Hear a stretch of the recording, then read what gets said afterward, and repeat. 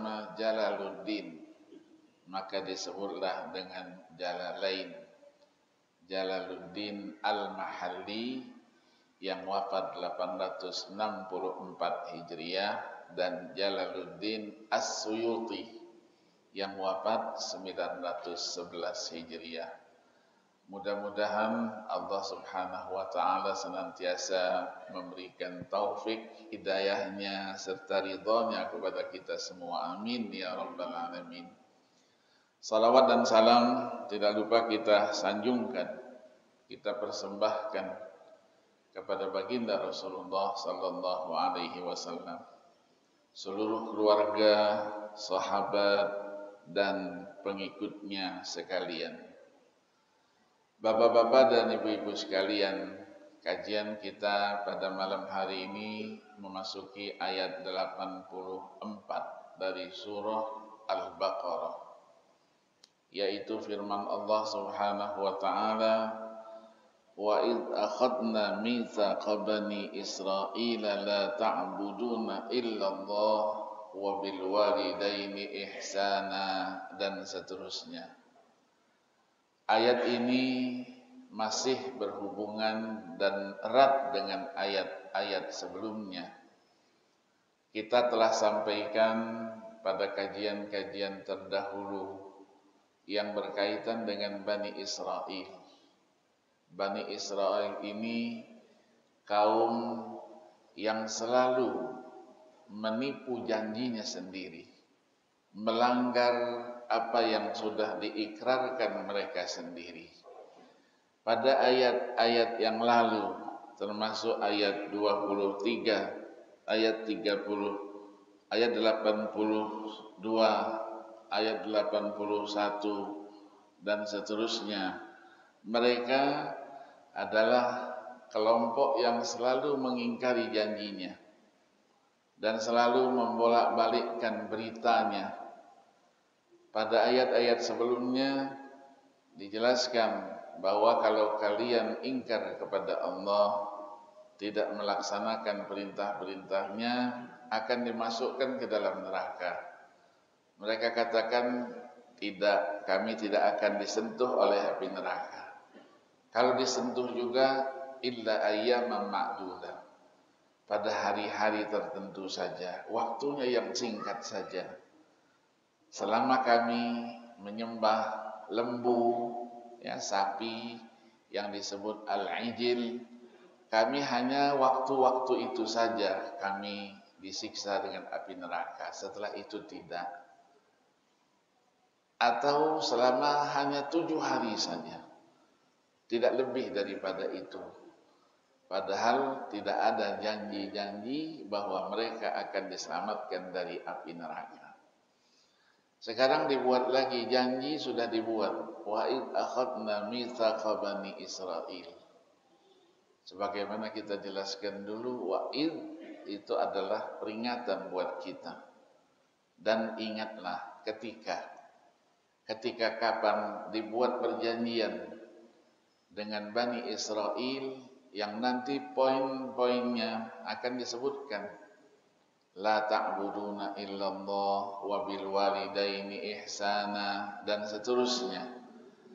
Nah, pointes-pointes ini adalah berupa perintah yang sudah dibuat janjinya dan mereka sudah ikrarkan bahwa kami tidak akan menyembah kecuali Allah Subhanahu wa taala. Tapi ternyata masih juga dilanggar lagi. Diingatkan lagi di sini, bagaimana ketika kita dulu membuat perjanjian. Janjinya apa? Allah ta'budu illallah, la ta'buduna illallah. Kalian tidak boleh menyembah selain Allah. Yang disembah hanyalah Allah Subhanahu wa ta'ala. Dulu sudah kita jelaskan, ibadah di sini artinya tauhid. Allah la ta'buduna illallah artinya la tuwahhiduna illallah. Jangan kamu mengakui ada Tuhan yang lain. kecuali Allah Subhanahu wa ta'ala. Nah, menjadikan Allah itu esa satu-satunya itu adalah keimanan yang harus dimiliki. Nah, iman itu syaratnya ada 3. Ada iqrarun bil lisan, diucapkan dengan lidah, wa tasdiqun bil qalbi, dibenarkan oleh hati, dan yang ketiganya wa amalun bil arkan, dibuktikan dengan amal-amal, karya-karya yang nyata. Barulah dikatakan iman seseorang itu sempurna. Itulah iman yang sebenarnya. Nah, orang-orang kafir lidahnya saja mengakui ada Tuhan itu, tapi hatinya tidak mengakui itu, apalagi dengan bukti amal nyata. Maka yang tidak terpenuhi keimanan yang sebenarnya, apapun amal ibadah yang mereka lakukan sia-sia di sisi Allah Subhanahu wa ta'ala. Karena syarat diterimanya amal ibadah adalah iman. Maka Allah 2 kali berikan perumpamaan di dalam surah Ibrahim dan di dalam surah An-Nur. Di dalam surah Ibrahim Allah jelaskan karamadin ishtaddat bihir rihu fi yaumin 'asib. Bagaikan abu, dia tertumpuk dia di satu tempat, menggunung dia, tapi begitu ada angin yang meniupnya, maka semuanya terbang, tidak meninggalkan sesuatu apapun juga. Yang kedua digambarkan walladzina kafaru a'maluhum kasarabim biqi'ati yahsabuhu az-zam'anu ma'a hatta idza ja'atu lam yajidhu syai'an wa wajadallahu 'indahu fawaffahu hisaba wallahu sari'ul hisab. Amal orang-orang yang tidak beriman kepada Allah itu bagaikan fata morgana. Yang sering kita pelajari fata morgana. Fata morgana itu dilihat dari jauh ada dia, tapi begitu kita dekati tidak ada sesuatu yang kita dapatkan.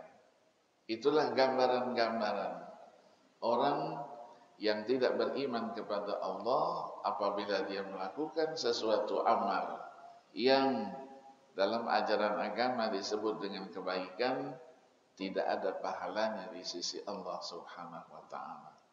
Berbeda dengan yang punya iman, sekecil apapun amal yang dilakukannya, dikerjakannya, dijanjikan dengan pahala yang berlipat ganda.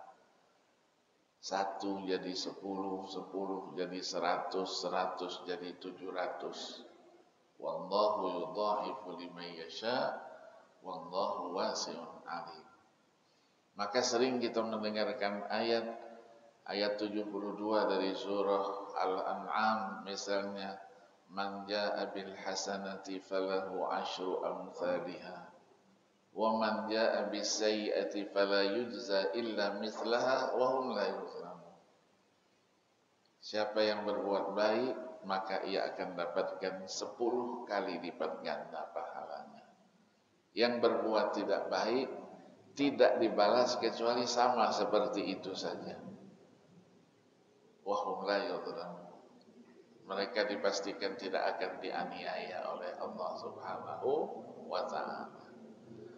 Di dalam akhir dari surah An-Naml, surah Al-Qasas, Allah sebutkan pula bahwa orang yang berbuat baik itu man jaa'a bil hasanati falahu khairum minha wa hum min faza'i yawma idzin aminun. Orang yang berbuat baik dia akan mendapatkan yang lebih baik dari apa yang dikerjakannya. Dan dia nanti pada waktu hari huru-hara, yaumul faza', semua orang takut, dia dalam posisi aman, tenang saja, tidak merasakan itu semuanya. Wa man jaa'a bis sayyi'ati fakubbat wujuhuhum finnar hal tujzauna illa ma kuntum ta'malun. Jadi yang melakukan perbuatan yang baik nanti mukanya akan dicelupkan ke api neraka. Nah, api neraka kita tahu sendiri, tidak sama dia dengan api dunia. Api dunia kena sedikit saja kebakar gitu. Kalau api neraka bukan kebakar, habis kelupas kulitnya. Maka digambarkan kullama nadijat juluduhum baddalnahum juludan ghairaha liyadzuqul adzab. Jadi ketika disiksa dengan api neraka itu kulitnya matang, lepas dia, tinggal tulangnya saja, diganti lagi dengan yang lain lagi, dimakan lagi oleh api neraka, terus begitu itu adalah sebagai pembalasan. Nah, sementara orang yang berada di surga berada dalam kenikmatan dan kebahagiaan. Begitu juga dalam akhir surah Al-Qasas, wa man jaa'a bil hasanati falahu khairum minha wa man jaa'a bis sayyi'ati fala yujzal ladzina 'amilus sayyi'ati illa ma kanu ya'malun. Yang berbuat baik maka dia akan mendapatkan lebih daripada kebaikan yang dikerjakannya, dan seterusnya. Ini sebagai motivasi. Itulah yang disebut dengan ibadah. Ibadah itu secara bahasanya diartikan dengan al-khudu' wa tadallul, tunduk dan patuh. Maka semua yang kita kerjakan semata-mata karena kita tunduk dan patuh kepada Allah Subhanahu wa ta'ala, maka dia disebut dengan ibadah. Ulama mengatakan dalam definisinya itu, ibadah itu disebut dengan ismun lima yuhibbuhullahu wa yardah wal a'mal adz-zahirah wal batinah. Sebutan untuk semua yang menjadikan Allah itu cinta kepada dia, Allah itu ridha kepada dia. Apakah itu dalam bentuk ucapan ataukah dalam bentuk perbuatan yang sifatnya adalah lahir dan batin. Jadi ada amal ibadah yang kita tidak tampakkan. Dalam hati saja kita zikir, itu ibadah kita kepada Allah. Ada yang kita tampakkan, kita sholat, puasa, dan lain-lainnya, itu juga disebut dengan ibadah. Ketika kita melakukannya ikhlas, tidak untuk yang lainnya kecuali untuk Allah Subhanahu wa ta'ala. Nah, kita jelaskan dulu itu, kalau orang-orang yang kafir memang tidak berbuat. Kalau ditanya Tuhannya itu siapa yang menciptakan langit dan bumi? Dia jawab seperti kita juga, Allah. Siapa yang mengatur peredaran langit, peredaran bulan dan semuanya? Mereka tahu layak ulun Allah. Tapi hanya di sini saja, tidak masuk ke dalam hati dan tidak dibuktikan dengan amal perbuatan yang nyata. Nah, sudah dibuat perjanjian. Tidak boleh melakukan aktivitas apapun dari mulai tauhid, mengesahkan Allah, dan melakukan perbuatan-perbuatannya itu semuanya harus dilakukan semata-mata karena Allah Subhanahu wa ta'ala. Kenapa? Karena Allah yang menciptakan kita. Maka di dalam surah Az-Zariyat ayat 56 Allah berfirman, "Wa ma khalaqtul jinna wal insa illa liya'budun." Aku tidak ciptakan jin dan manusia melainkan mereka agar beribadah kepadaku, agar menyembahku, mengesahkan aku, tidak menjadikan selain aku itu sebagai Tuhannya yang disembah. Nah, Bani Israel mereka menyembah al-ijil, namanya lembu, anak lembu itu disembahnya. Padahal di dalam Al-Quran selalu disampaikan menyembah yang diciptakan oleh Allah tidak boleh. Tidak boleh kita. Karena apa? Karena yang diciptakan tidak bisa juga dia menciptakan kita. Tidak bisa juga dia memberikan sesuatu kepada kita, manfaat kepada kita, memberikan maslahat kepada kita. Tidak bisa. Tidak bisa. Kemudian tidak bisa juga mematikan kita. Tidak bisa. Menghidupkan kita, membangkitkan kita, semuanya tidak bisa. Itulah Allah isyaratkan, wattakhadhu min dunihi alihatan la yakhluquna syai'an wa hum yukhlaqun wa la yamlikuna li anfusihim darran wa la naf'a wa la yamlikuna mautan wa la hayatan wa la nusyura. Semuanya tidak bisa. Kenapa kita sembah? Nah, ketika ditanya kenapa kalian menyembah itu semua, selalu dikembalikan kepada warisan nenek moyang yang lalu. Kenapa itu? Qalu bal wajadna aba'ana kadzalika yaf'alun.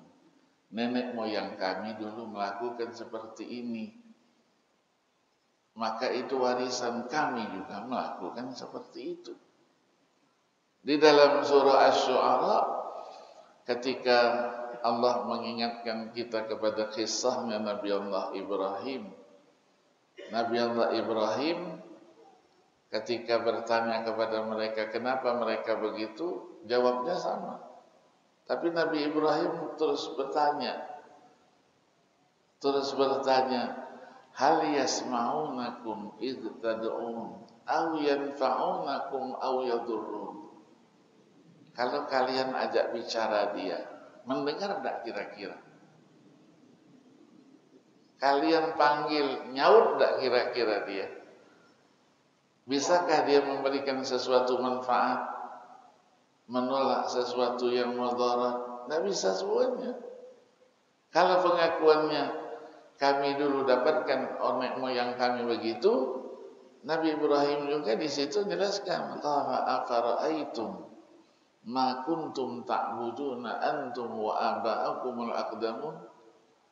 Apakah kamu dulu menyaksikan nenek moyang kamu dulu melakukan seperti ini? Tidak bisa jawab juga. Orang nenek moyangnya kapan, dia dilahirkannya kapan, kan tidak pernah menyaksikan itu. Katanya begitu, beritanya begitu, konon kabarnya begitu. Maka Nabi Ibrahim menjelaskan sikapnya. Kalau begitu, fa innahum aduwwul li illa rabbil alamin. Semua berhala-berhala ini adalah musuh kecuali Allah Subhanahu wa taala, Tuhan semesta alam. Siapa Tuhan itu? Alladzi khalaqani, alladzi wa huwa yut'imuni, dan seterusnya, yang menciptakan aku, yang memberikan aku makan, yang memberikan aku segala-galanya. Itulah yang wajib kita sembah. Yang kedua, wabil walidaini ihsana. Dulu sudah dibuat janji bahwa kepada kedua orang tua kita harus berbuat baik. Berbuat baik kepada kedua orang tua itu di dalam surah Al-Isra digandengkan mengabdi kepada Allah, berbuat baik kepada kedua orang tua. Wa qadha rabbuka alla ta'budu illa iyyahu wa bil walidaini ihsana. Perintah menyembah Allah dan berbuat baik kepada kedua orang tua digandengkan, memberikan pengertian betapa pentingnya. Kalau Allah ciptakan kita, dari mana penciptaan itu? Allah titipkan kepada kedua orang tua kita. Orang tua kita, ibu kita lah yang hamil. ketika hamil yang merasakan segala sesuatu dalam bentuk pengorbanan. Tidak ada hamil setiap hari, setiap bulan perutnya menjadi lebih kecil, tidak ada, lebih besar. Kita alhamdulillah ibu-ibu kita hamilnya masih normal-normal saja, 9 bulan, 10 bulan. Coba kalau diberi kehamilan terpanjang seperti masa-masa lalu. Maka dalam fikih itu dipermasalahkan kehamilan itu ada kehamilan terpendek, ada kehamilan terpanjang. Terpendek berapa? 6 bulan. Terpanjang berapa? Menurut Imam Malik dan Imam Abu Hanifah 2 tahun. 2 tahun. Bayangin, istri kita hamilnya 2 tahun. Duduk tidak bisa, berbaring tidak bisa, kemana-mana tidak bisa disembunyikan. 2 tahun. Menurut Imam Asy-Syafi'i dan Imam Ahmad 4 tahun. Bukan 2 tahun, 4 tahun. Karena dulu ada wanita-wanita yang seperti itu. Maka apa dasar hukumnya? Dasar hukumnya adalah urf, adat, tradisi yang sudah ada di dalam kehidupan masyarakat. Di Syria dulu ada namanya suku Bani Ajlan. Diriwayatkan oleh putranya Imam Ahmad, Abdullah bin Ahmad bin Hanbal, nisa'u Bani Ajlan yahmilna 4 sinin. Wanita-wanita Bani Ajlan kalau hamil dia 4 tahun. Bayangin, hamil 4 tahun. Biasanya hamilnya 9 tahun, 10 hari, 10 bulan lah. Anaknya masih begitu. 4 tahun bagaimana? Kita bayangkan, begitu lahir lari dia. Iya. Matangnya di dalam perut. Nah, matang di dalam perut ini memberikan makna orangnya itu, anaknya itu menjadi dewasa. Diceritakan Imam Syafi'i juga dalam perutnya sekian lama menjadikan orangnya cerdas, diberikan kemampuan apa yang dia dengar dia hafal, apa yang dia baca juga dia hafal. Itulah Imam Asy-Syafi'i rahimahullah. Maka diperintahkan dalam surah Luqman, dalam surah Al-Ankabut, dalam surah Al-Ahqaf, Allah jelaskan itu. Wa wassaynal insana biwalidayhi. Yang satu ihsana, yang satu husna. Maka dalam qiraat bisa dibaca ihsana itu dengan husna. Ya, husna.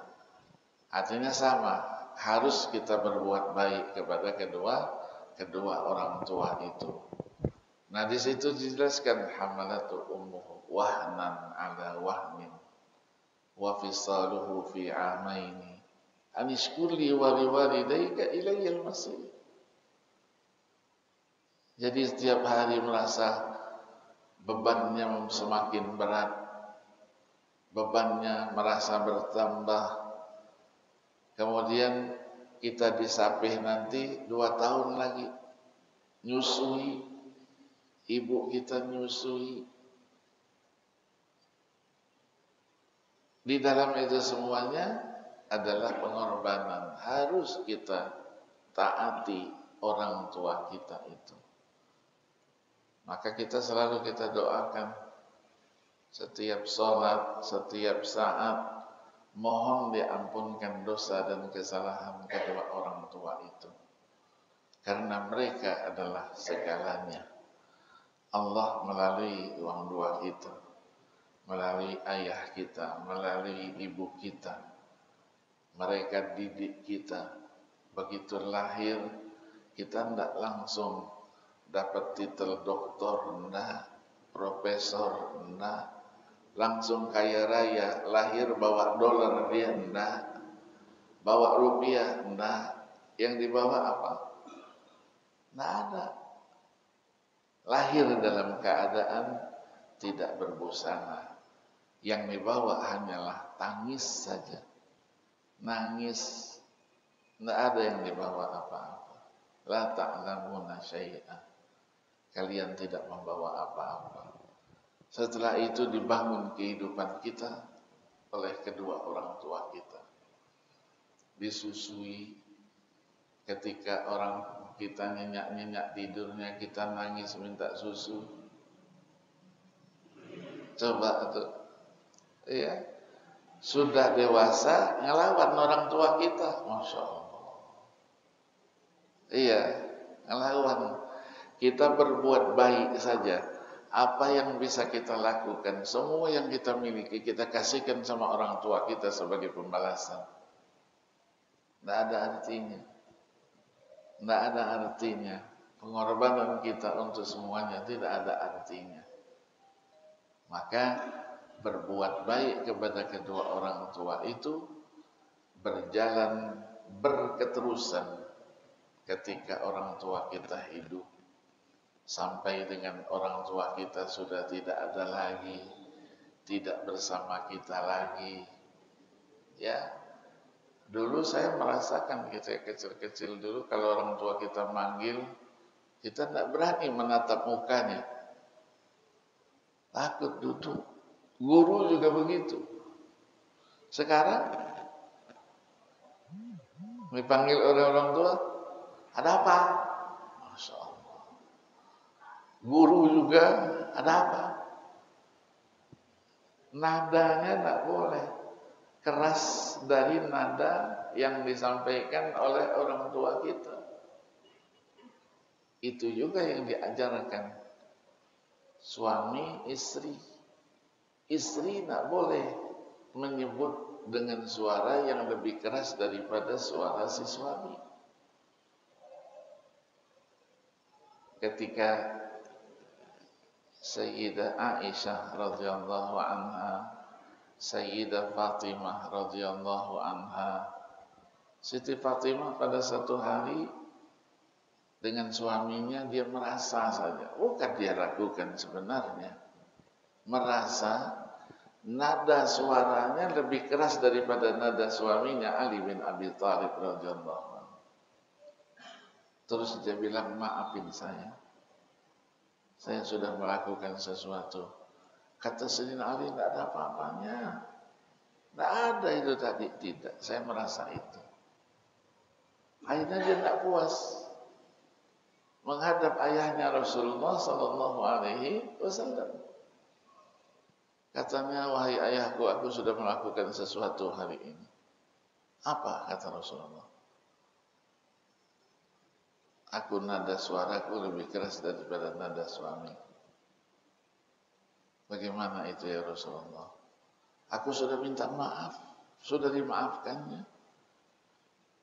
Tapi aku belum merasa puas itu. Apa kata Rasulullah? Irji'i wa tufi haulahu 70 marrah. Pulang ke rumah. Engkau kelilingi suamimu itu. Tawaf mengelilingi suamimu 70 kali. Sebagai bukti kamu memang betul-betul minta maaf atas kesalahanmu itu. Padahal perasaan ada nada suaranya yang lebih tinggi daripada suaminya. Begitulah Rasulullah mendidik, ya, mendidik anaknya. Nah, pendidikan seperti itu sekarang juga mulai hilang. Orang tua bagaimana hubungannya dengan si anak di rumah, bagaimana anak menghormati orang tuanya, anak menghormati gurunya. Al-Quran melarang, jangan sampai mengatakan kepada orang tua itu, saja tidak boleh. Tidak boleh. Fala taqul lahuma uffin wala tanharhuma. Apalagi mengobrak-abriknya itu dengan nadanya. Kenapa begini? Tidak ada. tapi wa qul lahuma qawlan karima. Sampaikanlah dengan ucapan-ucapan yang baik, yang lemah lembut. Kenapa dilarang? Karena menyakiti hati orang tua kita. Orang tua kita merasa disakiti hatinya. Tapi orang tua kita selalu berbuat baik kepada kita. Anaknya sedajjal apapun juga, kalau bahasa Arabnya itu sedajjal apapun juga, sesyaiton apapun juga, dia tidak doakan anaknya binasa. Tidak pernah dia angkat kedua tangannya, ya Allah, matikanlah anakku ya Allah, binasakan anakku ya Allah, aku sudah tak sabar lagi ya Allah ngurusnya ya Allah. Ada pernah begitu? Tidak pernah. Tidak pernah. Begitu baiknya. Maka diartikanlah oleh para ahli hukum Islam itu dilarangnya apalagi yang lainnya. Jangan dibalik. Yang dilarang hanya memukulnya tidak apa-apa. Tidak ada dalam Al-Quran larangan memukul kedua orang tuanya, ada? Tidak ada. Membunuh orang tuanya, tidak ada. Minta duit tidak dikasih sama orang tuanya, ngambil parang dia di dapur, dipukulkannya kepada orang tuanya, mati. Karena apa?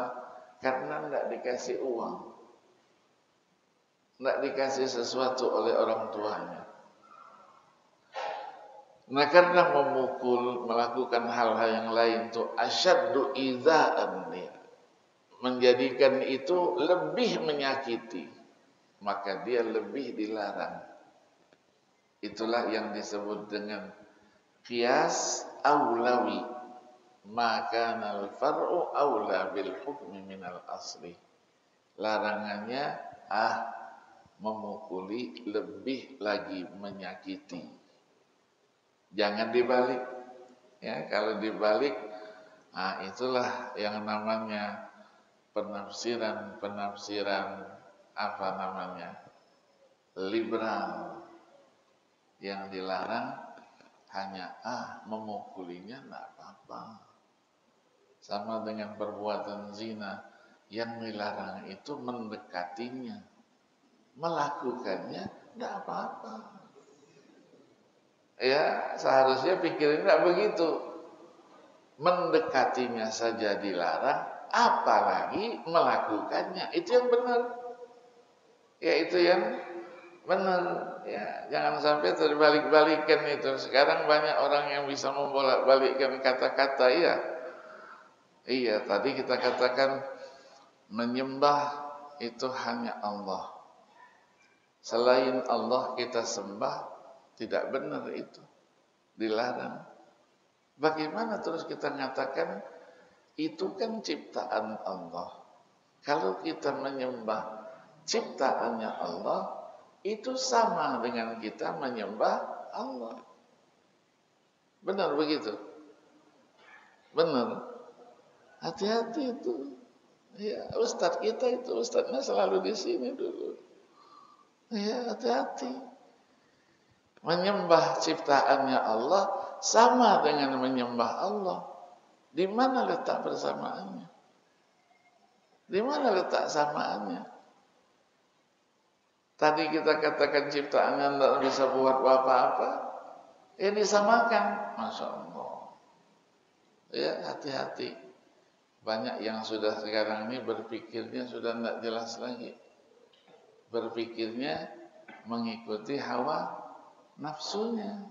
Ya, melihat realita yang ada di luar begini, dia juga ikut-ikutan begitu itu. Yang ketiga, pesannya apa? Wabidil qurba. Harus berbuat baik juga kepada kerabat kita, sanak famili kita. Kita hidup tidak sendirian. Kita hidup tidak sendirian. Kita punya keluarga. Keluarga ini punya kerabat-kerabat. Ada kerabat dekat, ada kerabat yang jauh, namanya kerabat, harus diberikan perhatian. Yang namanya ada hubungan kekerabatan itu lebih didahulukan dari yang lain. Siapa dia? Kita berikan bantuan, jangan membantu yang jauh-jauh, yang di depan matanya dia lupa. Ya, wal yatama, anak-anak yatim, wal masakin. Ya, wa qulu linnasi husna. Selalulah berbuat baik. Ucapan-ucapan kepada manusia itu haruslah dengan ucapan-ucapan yang menyenangkan. Walaupun ayat ini dikatakan nanti mansuh, ya, ayat wa qulu linnas ini ayatnya dinasakh oleh ayat yang berada di dalam surah At-Taubah ayat 5. Faqtulul musyrikina haitsu wajadtumuhum. Jadi lidah kita ini harus kita jaga. Jangan sampai karena lidah kita menyakiti orang. Ya, yang sekarang apa sebutannya? Ujaran kebencian. Ya, ada undang-undangnya kan? Ujaran kebencian.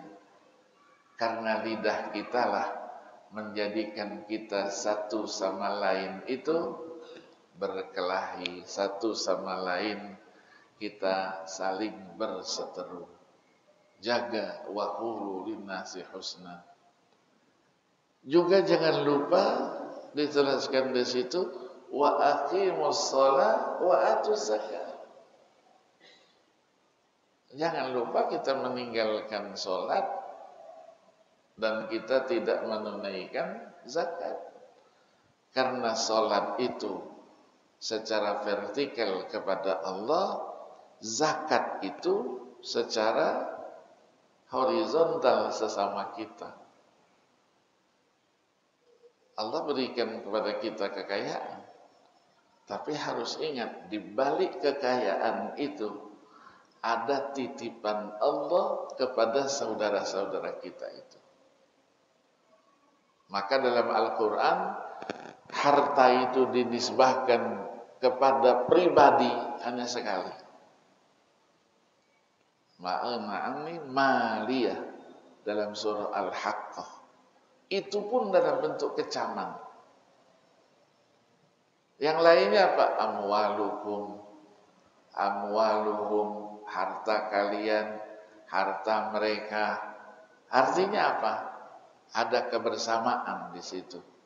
Hanya Allah berikan itu melalui kita, tidak melalui mereka. Ada bahagian mereka dari milik kita itu. Itulah disebut dengan memberikan zakat, infak, sedekah. Kalau tidak, Masya Allah, berarti kita tidak melakukan apa yang diperintahkan, apalagi menimbun harta kekayaan, ngumpulin emas, ngumpulin apa, ya Allah terus laknat itu. Walladzina yaknizuna adh-dhahaba wal fiddata wa la yunfiqunaha fi sabilillah fabashshirhum bi'adzabin alim. Yauma yuhma 'alaiha fatuqwa biha jubahuhum wa junubuhum wa zuhuruhum. Kalau kita dulu sering apa? Yang namanya setrika dulu kan dimasukin areng di situ dulu. Setrika model lama dulu. Panas dia. Nah, ini setrikanya emas. Emas, perak yang kita kumpulkan tidak kita keluarkan zakatnya, maka kita nanti akan disetrika. Itu setrikanya api neraka. Nah, kalau mau coba setrika yang ada sekarang ini, yang tidak usah pakai ini, yang listrik saja, kecil saja, kita nengkurap, coba letakkan setrikanya di atas punggung kita. Kira-kira bagaimana? Bukan lecet, locot, ya melocot. Allah ingatkan itu, ya Allah ingat begitu. Tapi kenyataannya apa? Summa tawallaitum illa qalilan minkum wa antum mu'ridun. Sudah diberikan perjanjian seperti itu, ternyata summa tawallaitum summa a'radtum. Kalian perintah itu illa qalilan minkum, kecuali jumlahnya yang sedikit. Jadi inilah janji-janji yang Allah Subhanahu wa taala sudah sampaikan di dalam kitab Taurat untuk Bani Israel. Mereka langgar semuanya itu.